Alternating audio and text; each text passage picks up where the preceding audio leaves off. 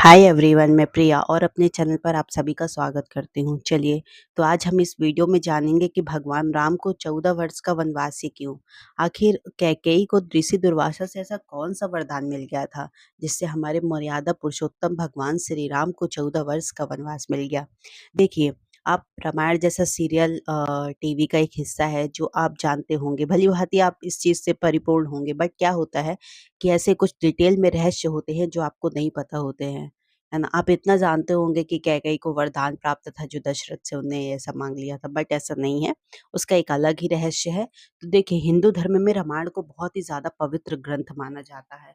रामायण में भगवान राम के जीवन का उल्लेख मिलता है। रामायण का सार तो मतलब आप सभी लोग जानते हैं, लेकिन रामायण में कई ऐसी कहानियाँ हैं जिनके बारे में बहुत ही कम लोगों को मालूम है। इन्हीं कहानियों में से एक है राजा दशरथ की पत्नी कैकेयी को वरदान मिलने से।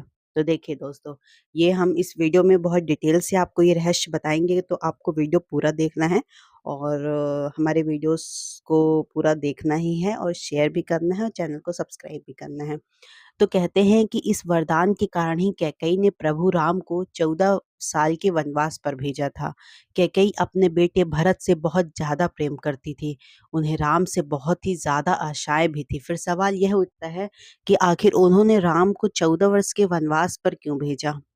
भोपाल निवासी ज्योतिष एवं वास्तु विशेषज्ञ मतलब जो हैं वो कहते हैं कि राजा दशरथ के विवाह के पहले कैकेयी महर्षि दुर्वासा की सेवा किया करती थी। ध्यान से सुनिएगा, कहते हैं कि राजा दशरथ के विवाह के पहले कैकेयी महर्षि दुर्वासा की सेवा किया करती थी। कैकेयी की सेवा से प्रसन्न होकर महाराज जो महर्षि दुर्वासा थे, उन्होंने कैकेयी का एक हाथ वज्र का बना दिया और आशीर्वाद दिया कि भविष्य में भगवान तुम्हारी गोद में खेलेंगे। समय बीतता गया और कैकेयी का विवाह राजा दशरथ के साथ हुआ। कई सालों के बाद स्वर्ग में देवासुर संग्राम प्रारंभ हो गया। देवराज इंद्र ने राजा दशरथ को सहायता के लिए बुलाया, लेकिन रानी कैकेयी भी महाराज की रक्षा के लिए सारथी बनकर देवा असुर संग्राम में पहुंची थी। युद्ध के दौरान महाराज दशरथ के रथ के पहिए की कील धस गई और रथ जो था वो मान के चलो लड़खड़ाने लगा। ऐसे में ऐसे में कैकेयी ने कील की जगह अपनी उँगली लगा दी और महाराज की जान बचा ली। कहते हैं कि राजा दशरथ कैकेयी की युद्ध भूमि में साहस से बहुत प्रसन्न हुए और उन्हें 3 वरदान माँगने को कहा। कैकेयी ने उस समय प्रेमवश कह दिया कि इसकी ज़रूरत नहीं है, अगर कभी ज़रूरत होगी तो मैं माँग लूँगी। लेकिन कैकेयी ने राजा दशरथ को इसी वरदान के जाल में फँसा लिया और राम के लिए 14 वर्ष का वनवास माँग लिया। लेकिन राम के लिए कैकेयी ने 14 वर्ष का वनवास क्यों माँगा? तो देखिए, कहते हैं कि कैकेयी ने भगवान राम के लिए 14 वर्ष का वनवास मानकर यह समझाया है कि व्यक्ति युवा अवस्था में अपनी 14 यानी 5 ज्ञानेंद्रियां, 5 कामेंद्रियां और मन, बुद्धि, चित्त और अहंकार को बस में रखेगा, तभी अपने अंदर के घमंड और रावण को मार पाएगा। कैकेयी को मतलब राम पर पूरा भरोसा था। कैसे? कहते हैं कि जिस समय यह घटना अयोध्या में घट रही थी, उसी समय रावण की आयु में केवल 14 वर्ष ही शेष बचे थे। यह बात कैकेयी जानती थी कि यह घटना तो अयोध्या में घट रही है, लेकिन इसकी योजना देवलोक में बनी थी। कैकेयी को राम पर भरोसा था, लेकिन दशरथ को नहीं, क्योंकि वह राम के साथ पुत्र मोह में बंधे हुए थे। फिर क्या होता है कि भगवान राम ने भी योजना की तैयारी की थी। कैसे? देखिए, आपको पता है कि जो भगवान श्री राम थे वो हरि विष्णु के अवतार थे। यह सारी योजना उन्हीं की बनाई हुई थी। इस योजना में भगवान राम ने सरस्वती से मंथरा की मति में अपनी योजना डलवाई और मंथरा ने कैकेयी को वही सब सुनाया और समझाया जो सरस्वती करवाना चाहती थी। इसके सूत्रधार स्वयं भगवान श्री हरि विष्णु थे। उन्होंने ही यह योजना तैयार की थी। देखिए, कैकेयी यह जानती थी कि यदि राम अयोध्या के राजा बन गए तो रावण का वध नहीं होगा। इसके लिए वन में तप करना जरूरी था। कैकेयी चाहती थी कि राम केवल अयोध्या के ही सम्राट न बने रह जाएं, यह विश्व के समस्त प्राणियों के हृदय के सम्राट बने। इसके लिए राम को अपनी समस्त शोधित इंद्रियों और अंतःकरण को तप के द्वारा सिद्ध करना होगा। फिर देखिए, कहते हैं कि रामायण और महाभारत में 14 वर्ष के वनवास की बात सामने आती है। तो रामायण में भगवान राम को 14 वर्षों का वनवास भोगना पड़ा था, जबकि महाभारत में पांडवों को 13 वर्ष का वनवास और 1 वर्ष का अज्ञातवास झेलना पड़ा था। इसके पीछे ग्रह गोचर भी मायने रखते हैं।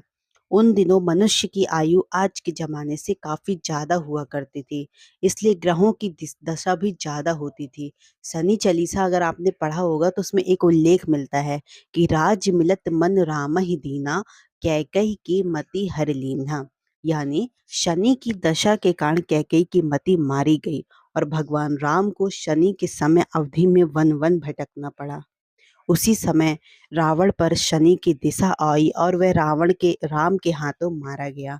शनि ने अपनी दशा में एक को कीर्ति दिलाई तो दूसरे को मुक्ति ही दिलाई।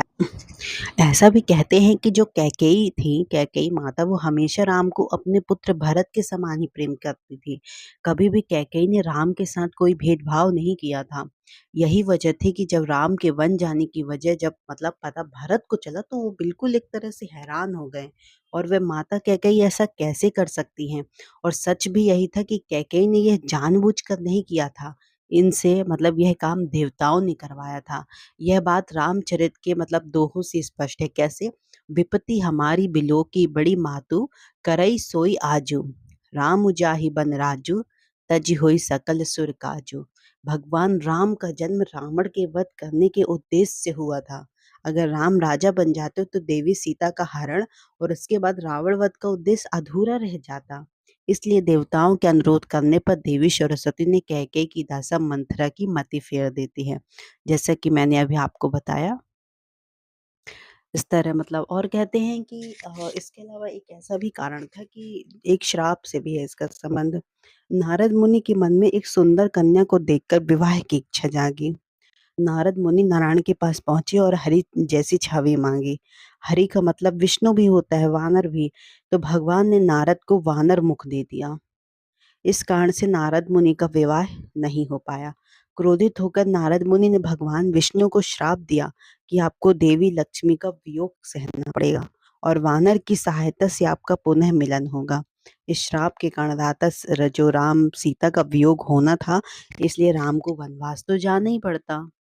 फिर कहते हैं कि पांचवा सबसे बड़ा कारण स्वयं भगवान श्री राम थे।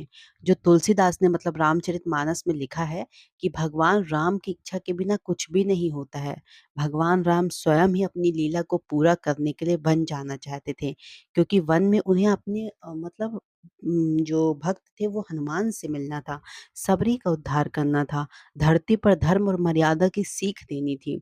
इसलिए जन्म से पहले राम यह तय कुछ कर चुके थे कि उन्हें वन जाना है और पृथ्वी से पाप का भार कम करना है। चलिए, आई होप आपको वीडियो बहुत पसंद आई होगी। तो ज़्यादा से ज़्यादा हमारे मतलब वीडियोस को शेयर करें और हमारे चैनल को सब्सक्राइब भी करें दोस्तों। जय श्री राम।